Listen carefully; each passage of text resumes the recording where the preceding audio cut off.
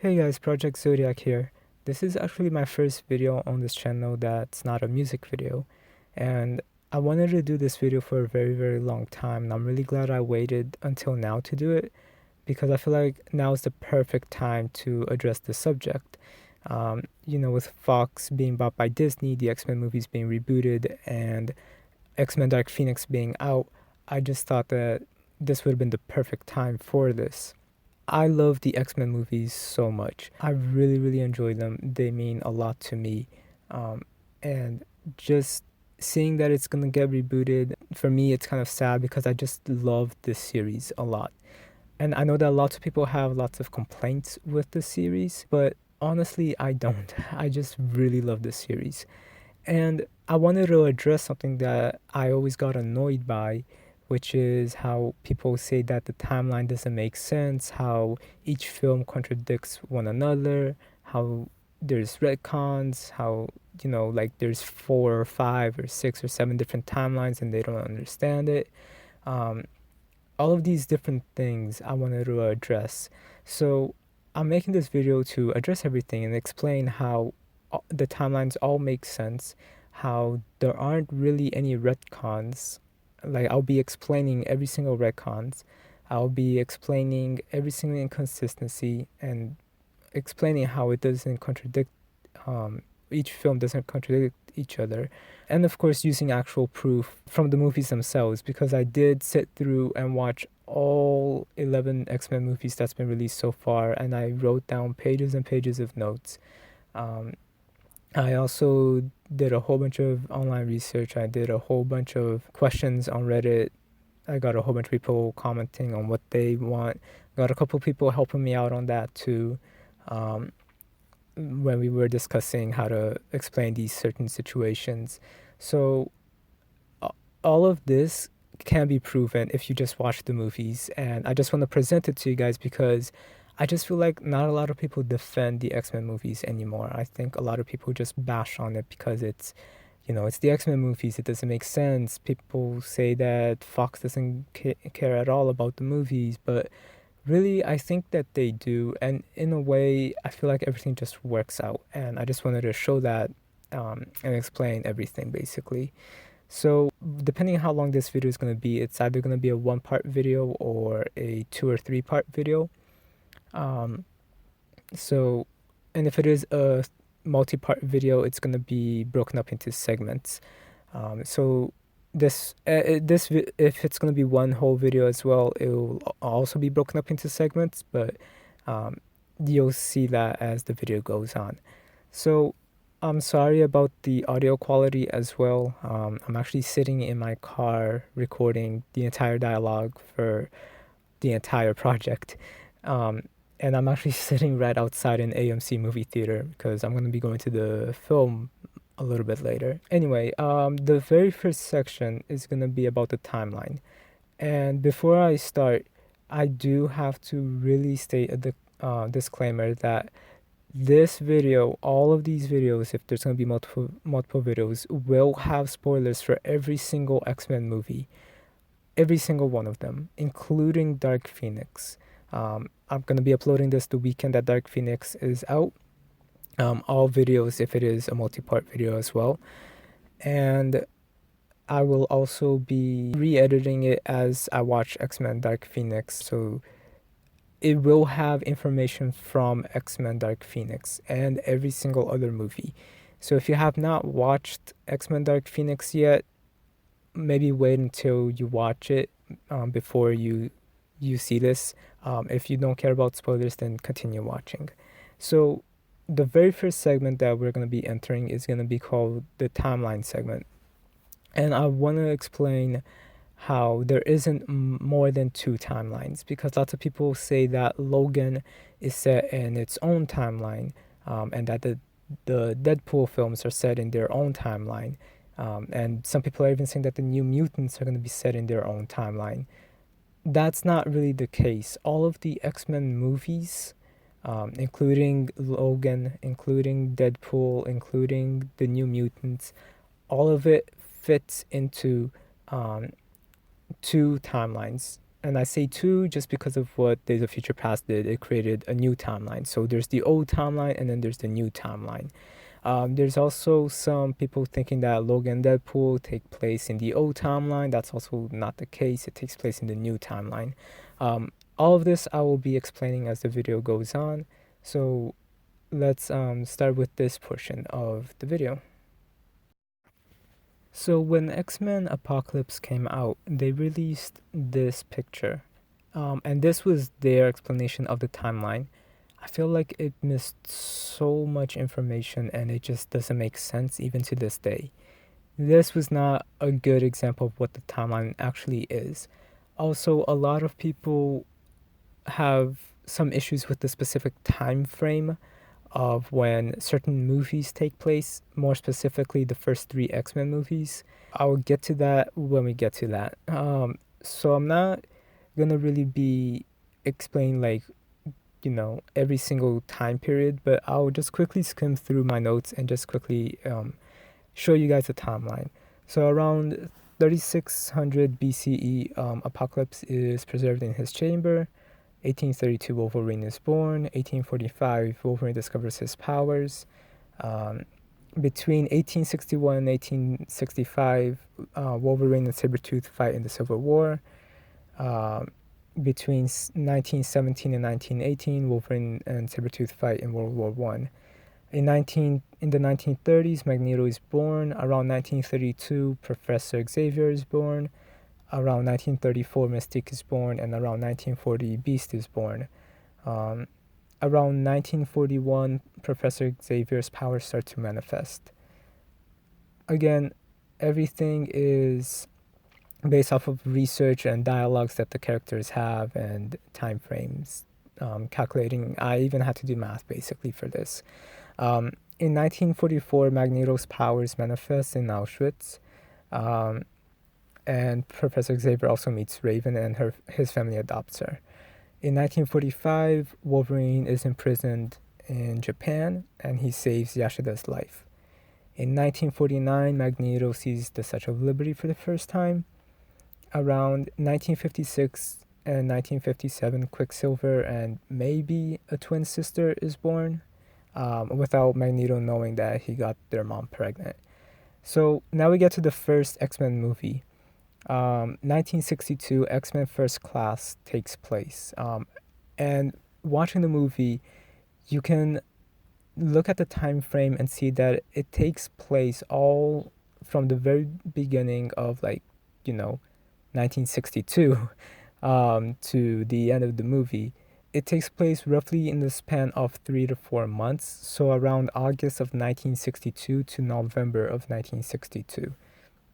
Then in 1963, Kennedy is killed. 1964, Storm is born and Magneto is taken to the Pentagon. Around 1965, Professor Xavier fully opens his school. Around 1965, 1967, between those years, Scott, Jubilee, Nightcrawler, and Jean are all born.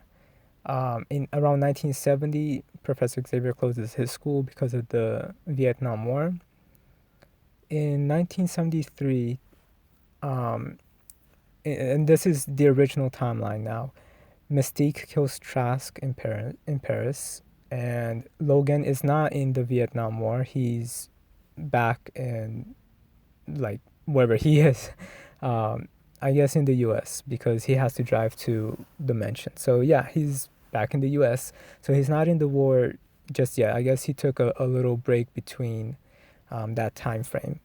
After this time frame that he's back in the US, he does go to back to the Vietnam War, and that's where Stryker does meet him and Sabretooth and asks them to join Team X. But many months later, Wolverine decides to quit Team X. And then between 1973 and 1977, Professor Xavier loses his hair. And then between 1977 and 1978, Professor Xavier and Magneto visit Jean. This is important because this is one of the issues that people have, which I'll address when we get into the characters portion. And then we have 1979, which is the events of X-Men Origins Wolverine. So that's basically that whole entire movie. Wolverine gets his claws, or his metal claws. He helps free all those mutants. Professor Xavier's walking and bald. He saves Scott, and he loses his memory. That's a quick summary of that. Um, so here's where a lot of people are gonna probably get confused. We don't have any specific points of when X-Men 1, 2, and 3 actually take place. All we know is that it's set in the near and distant future. And we can see that every time that, a time frame starts to appear in the movie. Because from doing math and Xavier telling Wolverine right around when they first meet in X-Men 1 that Wolverine's been walking around for 15 years not knowing who he is or anything about his past. So that means it's been 15 years from when Wolverine loses his memory to when Wolverine joins the X-Men. So lots of people say that X-Men 1 takes place around like 2000 or 2004. That can't be the case because we see that Wolverine loses his memories in 1979. So that means that X-Men 1 has to take place in 1994. More specifically, it takes place around the end of summer of 1944 because of the way that everyone is dressed. People are still being able to go to the beach, but it still seems like it's getting a little bit colder from the night scenes that we see, them wearing a little bit more warmer clothes. Um, and so it maybe takes place around like August or something like that. And calculating it, watching it in the time frame and everything, we can say that it takes place in a span of maybe 2 to 3 weeks max, just the entire film in general, from Logan with Rogue and all of that. So another big issue is that many people say that X-Men 2 takes place like a month or two after X-Men 1, but that really can't be the case. Because Wolverine leaves at the end of summer, and then he gets back, and it's still summer. It looks more warmer. It looks like it's the start or the middle of summer. So if he leaves near the end of summer, how is it that it's still, the a harder summer? Also, not just from that, but also from the fact that when he gets back to the mansion, everyone treats him as if he's been gone a very long time, not simply just 1 month. Rogue is really, really happy to see him. Everybody else is sort of like, oh, you're back, welcome back. But it sort of seems more like he's been gone for a little bit longer than a month. And if he did go at the end of summer, he can't really have come back in like the end of October or November, and it still be summer in Boston, which by then it will start getting really cold. So it has to be at least 6 months that he's been traveling. Maybe he did other things. I'm sure he went to Alkali. We see him do that. But I'm sure he had his own adventures or did his own things looking for his own path. So I'm pretty sure that X-Men 2 takes place between 9 to 11 months after X-Men 1. So that places X-Men 2 in 1995. And now this is the other one that's a bigger issue is X-Men The Last Stand, or X-Men 3. Lots of people do put this as a couple months after X-Men 2 ends, but it really can't be a couple of just simple months after X-Men 2 ends, because when Jean returns, her hair is really long, and when she dies in X-Men 2, her hair is very short.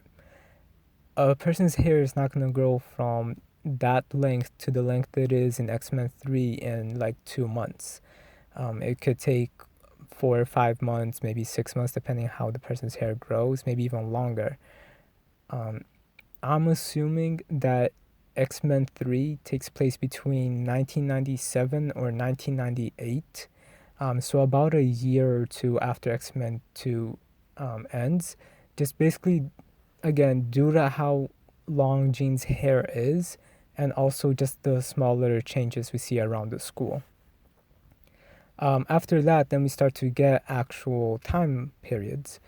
In 2013, it's all of the Wolverine. Wolverine goes back to Japan. He meets Yashida again. He gets his metal claws cut off. That whole adventure happens. And then 2 years later, in the post-credit scene, we see the professor meeting Wolverine again in 2015. And then in 2023 is the future events of Days of Future Past. So all of this is the original timeline. Everything that happened up until Days of Future Past, the future portions of that. So we're moving on now into the new timeline. And the new timeline is definitely way more easy to follow just because it has specific years for certain things. But there are some differences in some character births and a couple of other situations that happens. So everything up until 1973 stays the same. And then in 1973, we have the past events in this new timeline where Mystique doesn't kill Trask, and it creates the whole new timeline. Around 1974, Professor Xavier reopens his school. Around 1975, the new Deadpool is born. We'll get to that when we get to the characters. And then in 1975, Jean joins the school when she's 8 years old.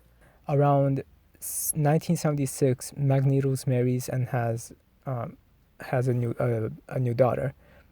Around 1979, Wolverine still gets sent to Stryker and still gains his adamantium, but we also know that he's forced to work with Sabretooth to do really bad things, like maybe killing people. Again, we'll get to that when we get to the characters. Around 1982, Jean joins the school. Around 1983, or in 1983, X-Men Apocalypse happens. So Apocalypse reawakens, Scott gets sent to the school, and all of the events for X-Men Apocalypse happens. And then in 1992, we have the events of Dark Phoenix, where Jean dies in the end. The X-Men are broken up, but then they reform. Professor Xavier is no longer the headmaster, but we can assume he does eventually return to being a headmaster because of the events of Days of Future Past. And we also do see that even though Jean dies, we see that she does end up being resurrected. Now, between 1992 and 2004, Wolverine joins the X-Men. Between 1992 and 2004, they found Jean resurrected, and she's back with the X-Men as well. And in 2004, some of the last mutants are starting to be born due to alkali transigen doing the mutant suppressing chemicals in the foods that they're releasing out for people to eat. This is going to be important because it lines up with what Logan says later on. But again, remember, around 2004 is when some of them are being born. The very few mutants are being born. Around 2004 to 2010, Alkali Transigen reopens the Weapon X program. And then in 2014, Deadpool meets Vanessa. 2015, Deadpool disappears to try a new procedure. And then in 2016 is the whole Deadpool 1 film. In 2018, Lara is born. In 2018, Deadpool 2's whole film is also born. Is also happening. In 2023, Logan's consciousness reawakens in his body in the new timeline. So the old Logan from the old timeline now reawakens in this new timeline again, or awakens in this new timeline again. And that's when him and Professor talk, and we see that everybody's alive. In 2028, Professor Xavier has a seizure that causes the Westchester incident, which kills um, just about all of the X-Men and 7 mutants, and a couple, like I think 600 people got injured. Um, so that was the Westchester incident.